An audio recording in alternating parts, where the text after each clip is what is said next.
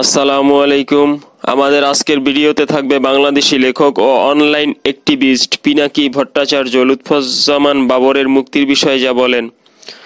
সাবেক স্বরাষ্ট্র প্রতিমন্ত্রী লুৎফুজ্জামান বাবর 17 বছর পর কারাগার থেকে মুক্তি পেয়েছেন। 16 জানুয়ারি বেলা 2টার দিকে তিনি কেরানীগঞ্জের ঢাকা কেন্দ্রীয় কারাগার থেকে বের হয়ে আসেন। এ সময় কারা ফটকে অপেক্ষমান নেত্রকোনা থেকে আসা তার সমর্থক ও বিএনপির নেতা কর্মীরা তাকে ফুলের মালা দিয়ে বরণ করে নেন। গত বছরের 5ই আগস্ট ছাত্র জনতার অভ্যুত্থানে আওয়ামী লীগ সরকারের পতন হওয়ার পর তার বিরুদ্ধে হওয়া বিভিন্ন মামলার আপিল শুনানি শেষে একে একে খালাস পান বাবর।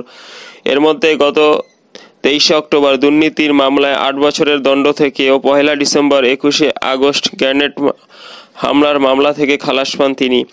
21 আগস্টের মামলায় বাবরকে মৃত্যুদণ্ড দিয়েছিলেন আদালত। সর্বশেষ সে 10 ট্রাক অস্ত্র চোরাচালানের বিশেষ ক্ষমতা আইনের মামলায়ও মৃত্যুদণ্ড থেকে লুৎফুজ্জামান বাবর খালাস পান। এবার লুৎফুজ্জামান বাবরকে নিয়ে সামাজিক যোগাযোগ মাধ্যমে একটা পোস্ট দিয়েছেন বাংলাদেশি লেখক ও অনলাইন অ্যাক্টিভিস্ট পিনাকি ভট্টাচার্য। তিনি লিখেছেন, পৃথিবী এমন অনেক চমক নিয়ে অপেক্ষা করে। পিনাকি ভট্টাচার্য আরও লেখেন, লুৎফুজ্জামান বাবরকে অভিনন্দন। 17 বছর জালেমের কারাগারে থেকে নিপীড়িত হওয়ার পরে কোনো একদিন তিনি মুক্ত হবেন, এইটা হাসিনার দলের লোকরাও হয়তো কোনোদিন ভাবেনি। পৃথিবী এমন অনেক চমক নিয়ে অপেক্ষা করে বলে পিনাকি লিখেছেন যে আশা করি তিনি পূর্ণ উদ্যমে রাজনীতি আর মানুষের সেবায় কাজ শুরু করবেন। আজ এই পর্যন্ত। এই ভিডিওটিতে লাইক দিন, শেয়ার করুন এবং এরকম ভিডিও আরও পেতে চাইলে চ্যানেলটি সাবস্ক্রাইব করে আমাদের সাথে থাকুন। আল্লাহ হাফেজ।